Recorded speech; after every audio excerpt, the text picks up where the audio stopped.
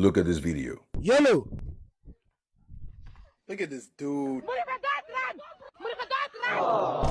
Game over. But I will be around. Feel it like you want to die. I know you're laughing, but here are 3 things about leadership I want you to pick from there. Number 1, position amplifies influence. The only reason that guy had that much influence on them was because he was in front. If he made that move from behind, no one would notice. Listen to me, whoever is in front of you can determine your flow. And that is why you should be intentional about who you let lead you, because you are trusting them with your compass. Number 2, leadership is subconscious programming. It's interesting that that guy didn't say a word, but his body language said a lot. As a leader, you must understand that leadership is not only what is spoken, it is what is modeled. People behind you may not hear everything you say, but they will react to everything you do. Your movements will teach, your habits will teach, your emotional responses will teach also. And herein lies the true and uncomfortable weight of leadership. Number 3, leadership without integrity becomes manipulation. That guy understood the power of his position and he used their trust for his own advantage. And that is dangerous leadership, because manipulation is simply influence without honesty. And many people today are trapped in systems where they are constantly being emotionally programmed, manipulated, misled, and exploited. If a leadership system constantly benefits the person in front while damaging the people behind, that's no leadership. That is exploitation disguised as direction. If you're a leader, do better. Okay. When I look at this video, I was very impressed. And the video is very educative. But there's a point that I want to talk about. The guy he talked everything, and there was some part he never mentioned, and which is what the emotion that people that guy misled, and that's the reason why I'm making this video. Okay, you can see the emotion, facial expression of one of the kids that they were being misled. Yes, you can see the facial expression. This is exactly what is happening today in our society. Whenever someone misleads you, you might not even talk to the person, but deep inside your heart you are angry with the person. And this thing goes with even your parents. When they mislead you, you might not talk to them because you know whatever you say to them will come back to you. If you wish them bad, their bad will receive to you, because you cannot curse your parent, but your parent can curse you. And if the same goes with your leader, you cannot curse your leader, but your leader can curse you. So the reason why I'm making this video is just to express what the feelings of the people that were misled, because I have studied these things and I've been one of the victims and I know the feelings. So the reason why I'm making this video again is for educational purpose. So listen and then okay, we have today in society there are some people that are like our mentor, our leader, or our parents. As a parent, you cannot be wearing white clothes and you're telling me that white clothes are not good. As a critical thinker, it doesn't make sense. Any of your children who is a critical thinker, it will not make sense. And when it doesn't make sense, next year you will start calling the person arrogant or stubborn, because it doesn't make sense. As a leader, you lead by example. As a parent, you lead your children by example. And this is the reason why we are facing some problem today, even globally. Let's take for instance, we have some parents. There are some parents today, they are married not from the same tribe. Their spouses, they are not from the same tribe, but they don't want their children to marry from different tribe. There are some parents today, they are married not from the same faith or religion, but they don't want their children to marry from different religion. There are some parents today, they got married while their spouse they were in school. They never had anything.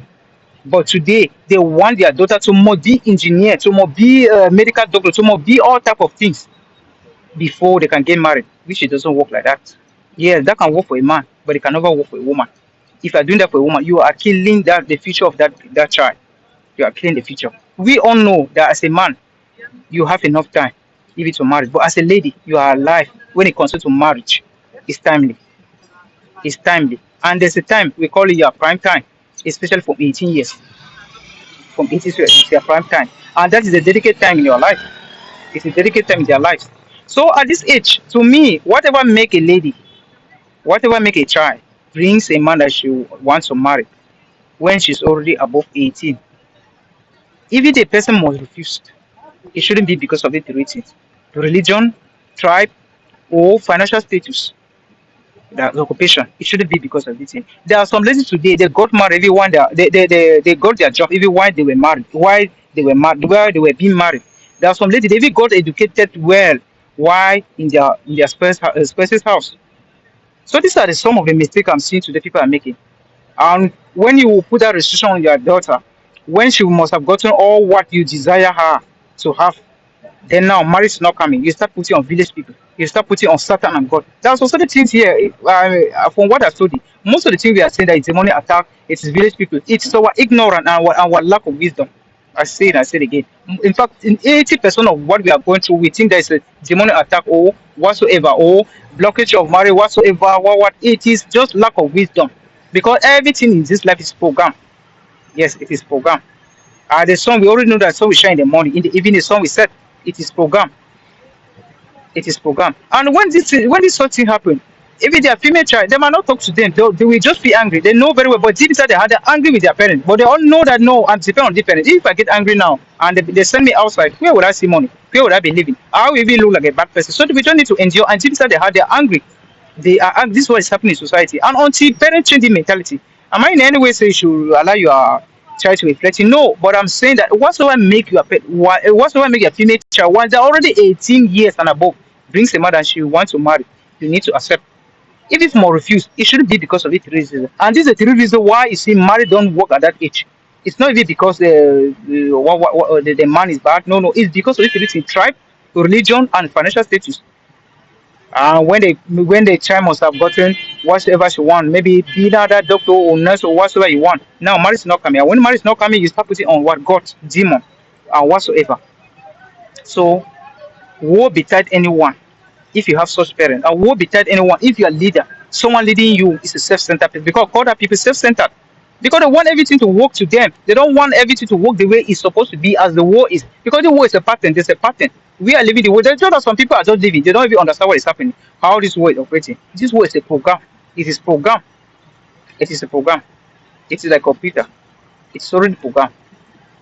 So to live this life, you must need wisdom. And when I say wisdom, it doesn't mean it's in, no matter how educated you are, if you lack the real wisdom of life, you are still empty.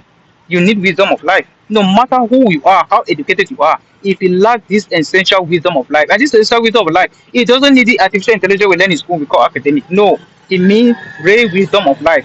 And we must learn it. If you don't learn it and you don't apply it, you will keep on what you think you are controlling. You by the end you see that you instead destroy. So we need wisdom because wisdom give us freedom. Wisdom give us what? Wisdom. In fact, wisdom give us freedom, freedom of expression, and freedom of navigating through life. So this era is not the era of slavery again.